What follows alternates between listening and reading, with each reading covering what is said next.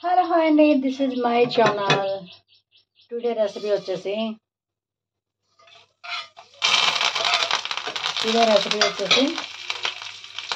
పెండ్లం మామిడికాయ ఇగురు. పెండ్లం మామిడికాయ ఇగురు చాలా టేస్టీగా ఉంటుంది. పురాణత కాలంలో ఇది ఒక పెద్ద రెసిపీ. ఒకప్పుడు బాగా పూర్వం అంతా బాగా ఎక్కువ ఇష్టపడేవారంట ఇది పెండ్లం మామిడికాయ. 40 ఏళ్ళ క్రితం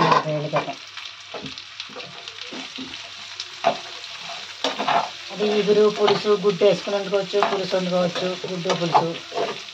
అండ్ ఇలా మామిడికాయ అంటే బాగా ట్రెడిషనల్ ఉంటుంది చూడండి, అలా బాగా ఇష్టపడతారు ప్రతి ఒక్కరు. పెద్దవాళ్ళు పిల్లలు ఇప్పుడు గుడ్డు వేయలేదా అంటారు, కానీ ఇది ట్రెడిషనల్ ఫుడ్ అండి. 50 ఏళ్ళ క్రితం నుంచే ఉంది. ఉల్లిపాయ ముక్కలు వేగుతున్నాయి, తాలింపులు వేస్తాం, కరివేపాకు, జీలకర్ర, ఆవాలు.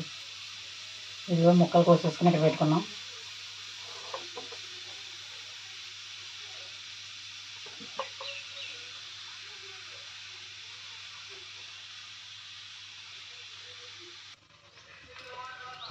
ఉల్లిపాయలు అయిపోయినాయి. ఉల్లిపాయలు, పచ్చిమిర్చి,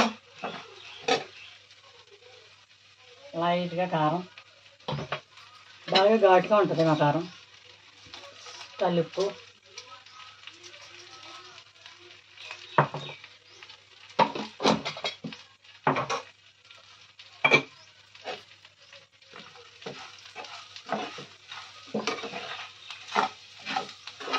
ఇప్పుడు ముక్కలు వేసేసుకుందాం. బాగా వేగిపోయినాయి. ముందు పెండ్లం ముక్కలు వేసుకోవాలి. ఇక కాసేపు ఉడికాక ఒక 10 నిమిషాలు దింపేస్తాం. అనగా మామిడికాయ ముక్కలు వేసుకొని సిమ్లో పెట్టుకుంటే మగ్గిపోతాయి.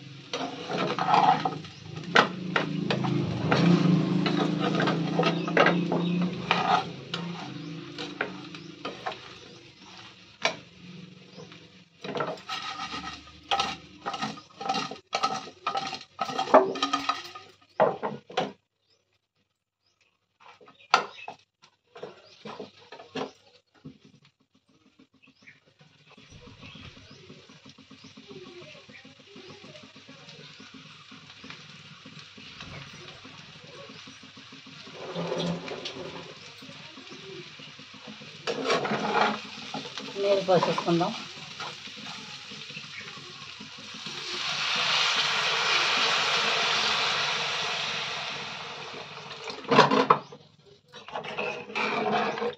ఇది కంద టైపు కాదు, పెండ్లం కాబట్టి మామూలుగా ఉడికిపోతుంది.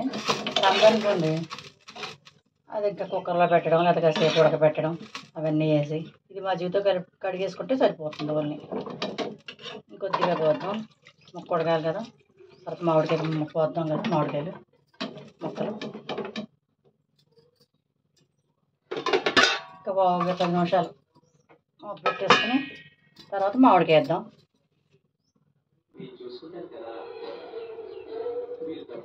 అయిపోయింది, కర్రీ అయిపోయింది.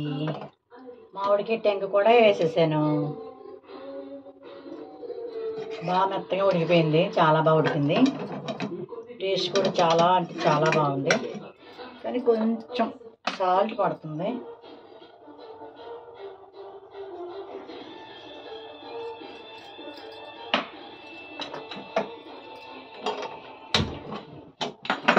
ఎందుకంటే కట్టేసాను అయిపోయిందని. భోజనం పెట్టుకుందాం అనేటప్పటికి కొంచెం సాల్ట్ తక్కువైంది. ఇందాక చుట్టాలు వచ్చారని ఇంకా ఆపేసాను. ఓకే, ఒక 5 నిమిషాలు ఉంటే అయిపోయినట్టే. ఇంకా అయిపోయింది. Like and share.